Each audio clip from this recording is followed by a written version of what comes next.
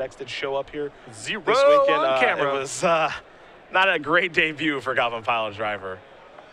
However, we will start things off here with the favorite hoplite for Logan Mize off of basic plane. Jeff Hoogland will play a Temple of Enlightenment, and the quarterfinals are underway here from Chicago.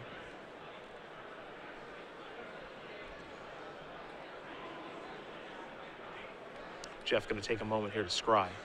Looks like he's going to leave that card on, maybe the top. A little unsure of himself. Yeah, he will. Now Mize will draw.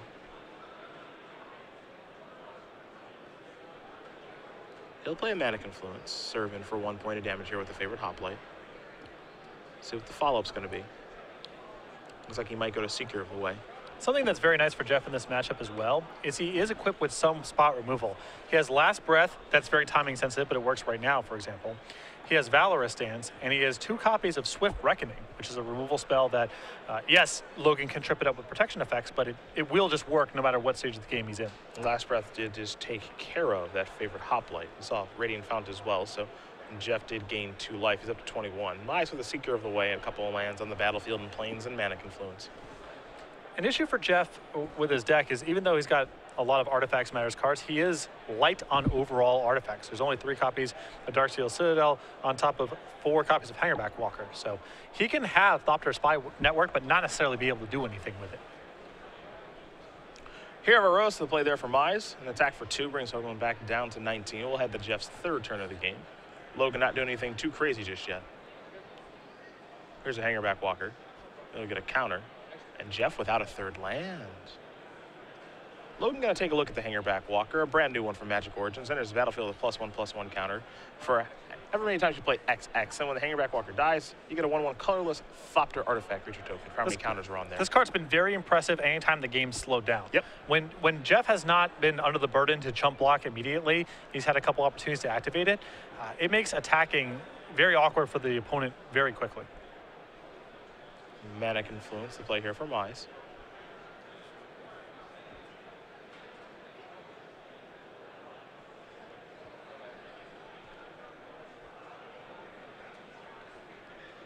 He'll go to Ordeal of Heliod now. Battle Zones. Keep in mind, Seeker of the Way did just trigger Prowess because of that Ordeal. So a 4/4 and a 3/3 in the red zone.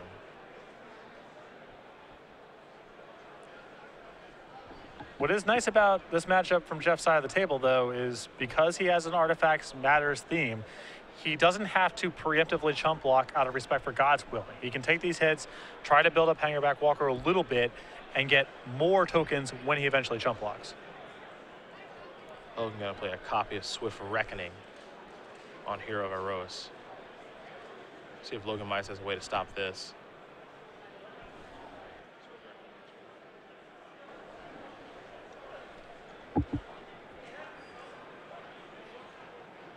Use God's Willing. Trigger Heroic, of course, on Hero of Aros. And the Scry will send the top card to the bottom. Fortunately for Logan, he has to set it to protection from white, losing his Ordeal of Heliod in the process. That is unfortunate for him. White Ward had this problem back in the day as well. A White Ward reference. It would just fall off if you cast it. Eventually that got fixed in the errata, but it's probably a good thing that it did. Looks like we got an Aqueous Form here. And this is an important card for Logan in the matchup. Not typically something you want in control matchups, but Jeff's deck is very good at blocking. Yeah. Logan kept this card on top of the Scry very, very quickly.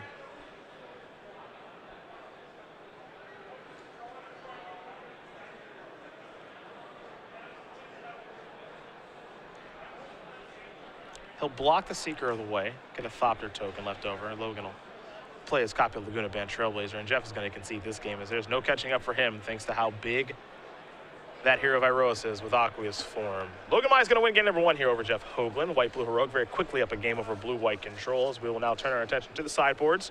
And we will start with Jeff Hoogland. He's got a Perilous Vault, a Hidden Dragon Slayer, 2 Stratus Dancers, a Disdainful Stroke, a Fated Retribution, 3 more copies of Last Breath to go along with 2 Negates, a Raise the Alarm, a Valor Stance, and 2 copies of Displacement Wave. There's some play-draw bias with some of the sideboard cards that Jeff has available. Last Breath, for example, is I'm happy with Jeff going up to more copies when he's on the play. On the draw, it's pretty easy for Logan to invalidate it before that card comes online. But with Jeff on the play, I could say bringing in more copies of Last Breath. The 2 copies of Negate are solid against Logan's strategy. And I think the 2 copies of Displacement Wave alongside the Valor Stance are the best cards that Jeff brings to the table. On the other side here for Logan, he's got a Laguna Band Trailblazer, 2 copies of Treasure Cruise, 2 Monastery Mentors, 2 more Seeker of the Ways, 2 Stratus Walks, typically a good card in his sideboard, but not great for this matchup, along with an Ajani's Presence, 2 Disdainful Stroke, 2 Stubborn Denial, and a Triton Tactics. I think he's going to want to settle in for more of a control game. We've seen this before when you see cards like Treasure Cruise, Stubborn Denial, Disdainful Stroke, Ajani's Presence, and the copies of Monastery Mentor coming in this matchup. Monastery Mentor seems excellent. Jeff, again, very good at gumming up the ground with a lot of chump blockers, but Monastery Mentor is a very good solution to that problem. Well, those are the options for both players, and we'll see how they like to sideboard, and game number 2 will be underway in just a moment. In the meantime, we'll talk about the Season 3 leaderboard here on the Open Series. We talk about Logan Mize and Jeff Hoogland, where they're at. You see where Kevin Jones and Jim Davis are at. They're already qualified for our Players' Championship, but they've also got 2 buys. Coming into this weekend, it was all about Danny Jessup and Ross Merriam. Ross Merriam made the top 8, Danny Jessup did not. Still not a bad performance for Danny. I did not get the results of his last round, but he was playing in an off-camera feature match for what I assume is the top 16. So not bad, but Ross with a great opportunity to overtake Danny and become essentially first place for the race for the Season 3 invite. Joe Lissette did make the trip this weekend. You have to imagine he's playing in a Legacy Premier IQ with Miracles, as he's been known to do. Chris Van Meter, Gerard Fabiano not making the trip here, but hoping they can keep pace.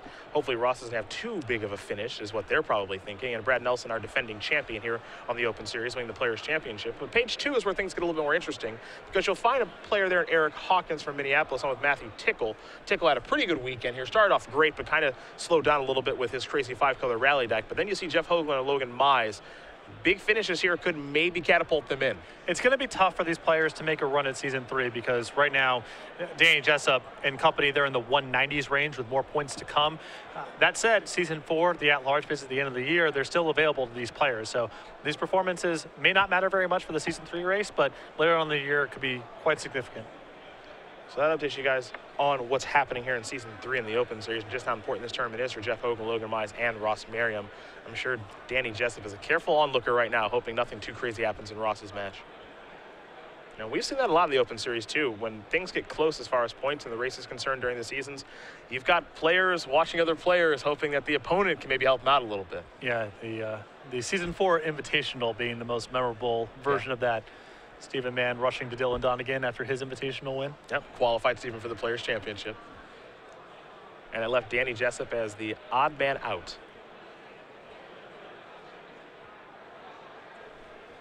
So we'll see what does happen here in this game between Hoogland and Mize. Hoogland with some mana issues in that game. Not a lot he could really do. A lot of lands in Jeff's list, 27. Yeah, pretty unlikely for him to have mana issues. Even had a Scryland to start the game. When we've seen Jeff have troubles with his mana, for the most part, it's been colored mana. It hasn't been not making enough land drops, but because he has so many colorless lands, and he has a lot of double blue, he has a lot of white mana early on in the game. We've seen him in spots where he can't cast, for example, Thought Spotting Network with Dissolve backup because he doesn't have enough blue mana. But that's the first time we've really seen him just miss land drops and die. Yeah, just straight up not be able to play games. Tough spot to be in. We'll see if it happens again here, though. Logan will take it, that's for sure. He doesn't mind.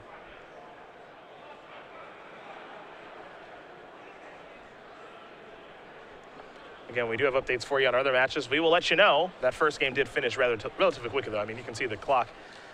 Only 10 minutes. We've got Bruce Edelman on Obzon against Chris Anderson playing Green Red Devotion. That's our 1 versus 8. We've got Kevin McCleskey playing Jeskai Tokens against Ross Merriam on Green Red Devotion. That's 3 versus 6. Then we've got Matthew Check on Mardu Dragons versus Ton Win playing Green Red Devotion. That is 2 versus 7. And right here, of course, number 4 overall seed Logan Mize against number 5 overall seed Jeff Hoogland. Big names in top 8 here this weekend. Yep. Especially given the size of the event. I'm sure people were hoping for a little something new given Magic Origins and its impact. And it's not like there aren't new cards in the top 8. There are, outside of really what Logan is doing. But Green Red Devotion has a real stranglehold on things here this weekend. And it's just a really, really good, solid, streamlined deck. For those of you who are interested in new cards, you got Jeff here, who's off doing his own thing. Very Magic Origins inspired. And Kevin McCleskey with his copies of Jace.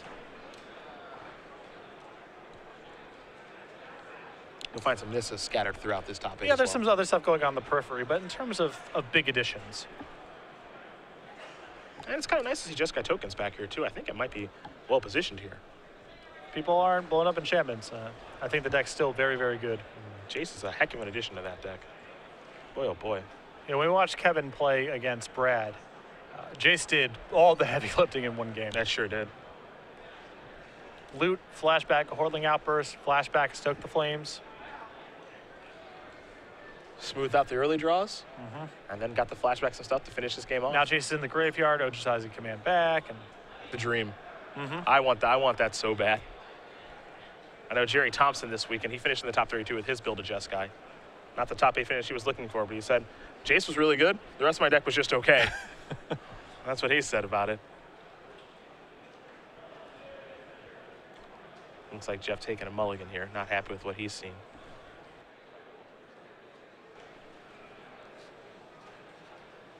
And Jeff, a player actually from around the area. This is one of the closer tournaments for him. We oftentimes see him in Columbus and Indianapolis, and when we have our stops in Milwaukee and Minneapolis in the Open Series. But he's from Bloomington, Illinois, about 2 hours from here, an invitational top 8 in season 3 of 2014, and 9 Open Series top 8s. He's a stay-at-home dad with his 2 sons, who are apparently going to be future Magic players. A master's degree in mathematics that's a common thing for Magic players too. yeah, there's a lot of overlap there. And then a lot of managing of open source coding projects. Something that is way over my head. I don't know about you. I have, now that I'm working on the side of the video game company, I'm starting to get some rudimentary understanding of this stuff, but still definitely not my specialty. Way over my head. No idea what's going on there. But a smart guy who loves to brew, and that is Jeff Hoogland. Right now, I'm responsible for a lot of copy pasting. Of one file into another file. That's the extent of my programming chops. Control C and Control V? Yeah. That's you? The occasional Control X if I'm feeling really confident. See, I don't know what that means. Cut. Is that cut? Yeah. I didn't know that. Yeah, but I got to be real sure. Here's a hanger back walker. You know. Don't want to screw that up. Oh, no. I guess you can just paste it back in, but I'm not even super confident in that. So Mize start off with a favorite hoplite.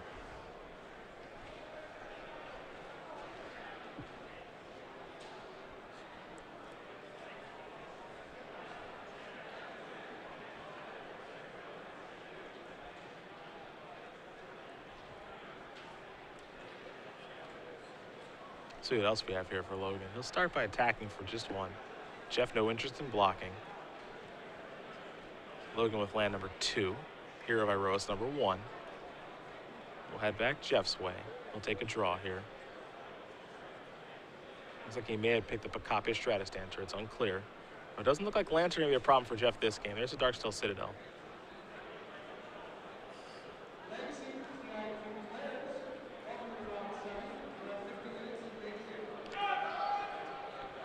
And Stratus Dancer may be attractive as a morph this turn. We'll see.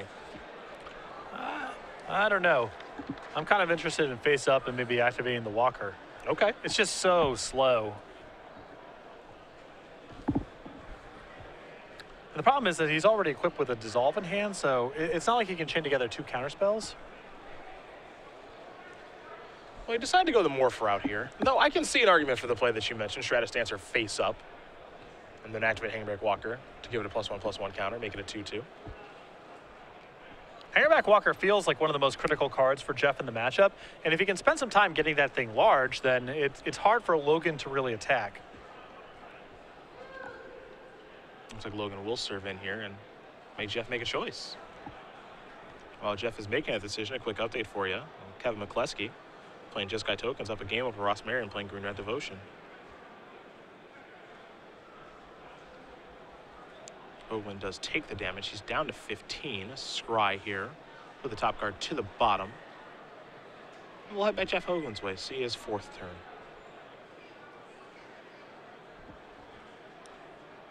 We'll start by playing an island.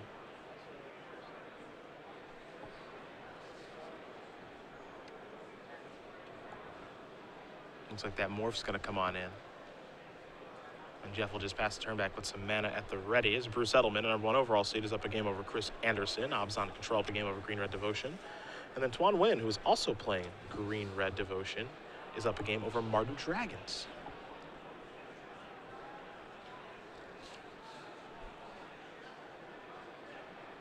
Although Jeff essentially taking a turn off to morph here, now he's got a very solid setup where he has Hangerback Walker on defense and he has counter spells at the ready. Yeah, just had to take a shot to make it happen.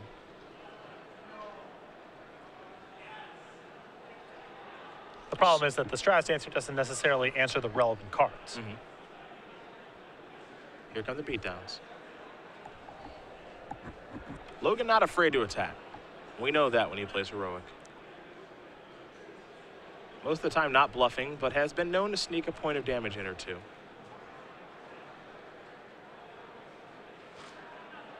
Defiant strikes on target hero Heroes.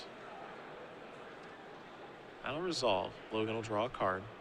4 power creature right now, 2 base power, +1 from Defiant Strike, +1 from the Heroic counter.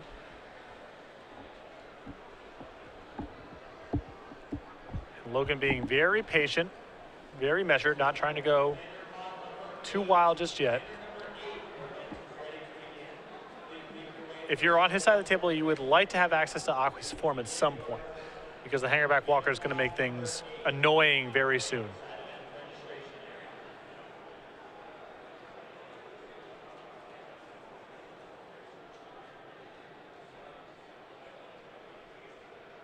Jeff with land 5 will pass the turn back. Being very patient.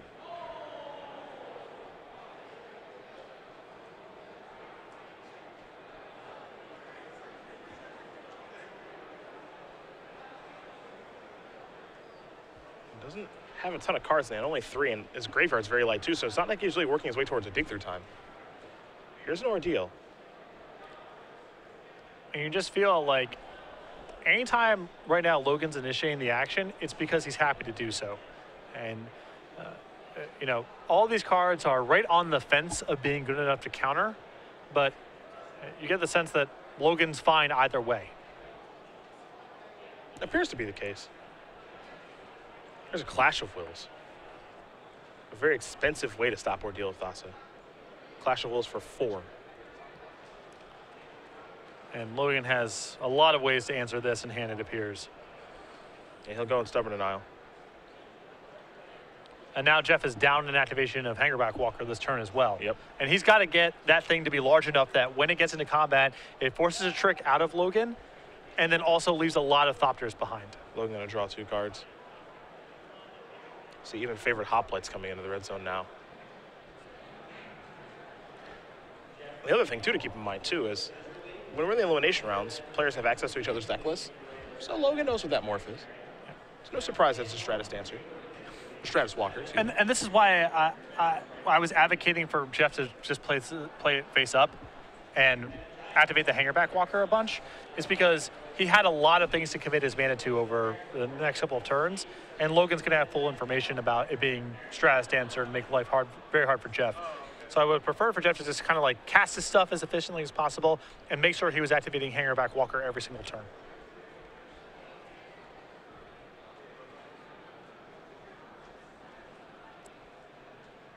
Logan going to sacrifice a Flooded Strand. See what's next here for Mr. Mize.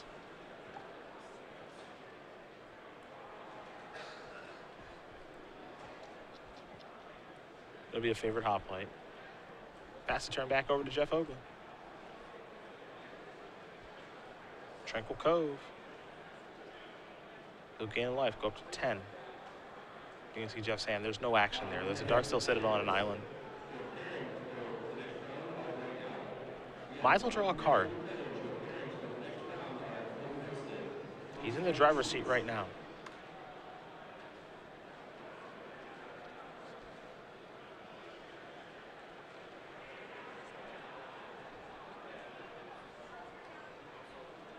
Time to attack. Here, Varos is a big one. It's a 5/5. Favorite Hoplites are 1/2s.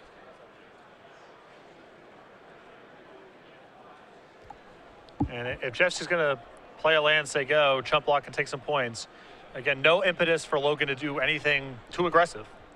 And we have seen Logan display patience before when we watched him a little earlier today when playing Heroic.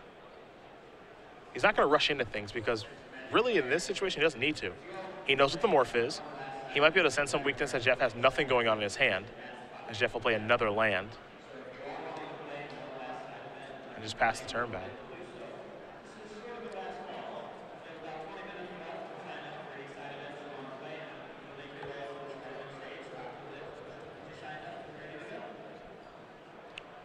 See what Logan has here. I'll go with the God's Willing. End of turn on favorite hoplite. He's casting that for 2 reasons. 1, he'd like to counter. 2, he'd like to scry. Controls draw step moving into his next turn. I suppose the 3rd reason is God's Willing just isn't particularly good on his board. Jeff's deck is a lot of artifacts and morphs and so on, and he's also just kind of peppering Jeff right now with these low impact spells, because if they resolve for Logan, great, and if it draws out the Stratus Dancer from Jeff's side of the table, well then Logan has an opportunity to resolve cards like Treasure Cruise or higher impact spells. And that's great too. Here come the beatdowns again. The Thopter will jump in front of Hero Viros. The rest will come through.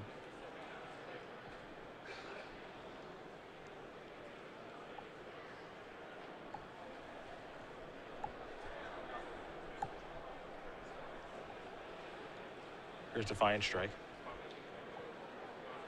You'll at least get a Heroic trigger. It's unclear if Defiant Strike will resolve. Though it does feel like Logan might be trying to go for the W here. Stratus Dancer is going to un-megamorph. That'll counter Defiant Strikes. No card drawn there, though again the Heroic trigger will resolve. So currently 4 damage coming through. And if Logan's up to it, he can go for the W here by casting a Johnny's Presence and striving it. And if he's got a counterspell backup, I think he's likely to go for that play. Yeah, he's going to go for it. So I'll strive a Johnny's Presence. That'll be 2 triggers. Now there's a Disdainful Stroke. Actually, it's a negate, excuse me. So that's going to stop that from happening. However, Heroic triggers will still occur. So those favorite hoplites are going to get in for 6 points of damage. Hero Viros will take down that Thopter token. And Jeff is left with just a Stratus Dancer. And he needs some real help as far as a card drawn. And I don't know what that was. That was a hanger back walker. There's Narcissism, and that's going to do it. Logan Mize is going to win this match here over Jeff Hoogland. 2-0. White-Blue Heroic will take care of Blue-White Control. And for Logan Mize, he is going to move forward onto the semifinals. He'll be playing the winner of our #1 overall seed, Bruce Edelman, and our #8 overall seed, Chris Anderson. Congratulations to Logan on a successful tournament and successful round there. Yeah, and good run for Jeff here. The deck that's probably the most exciting if you're interested in new cards. Some poor draws there. I think that Jeff's real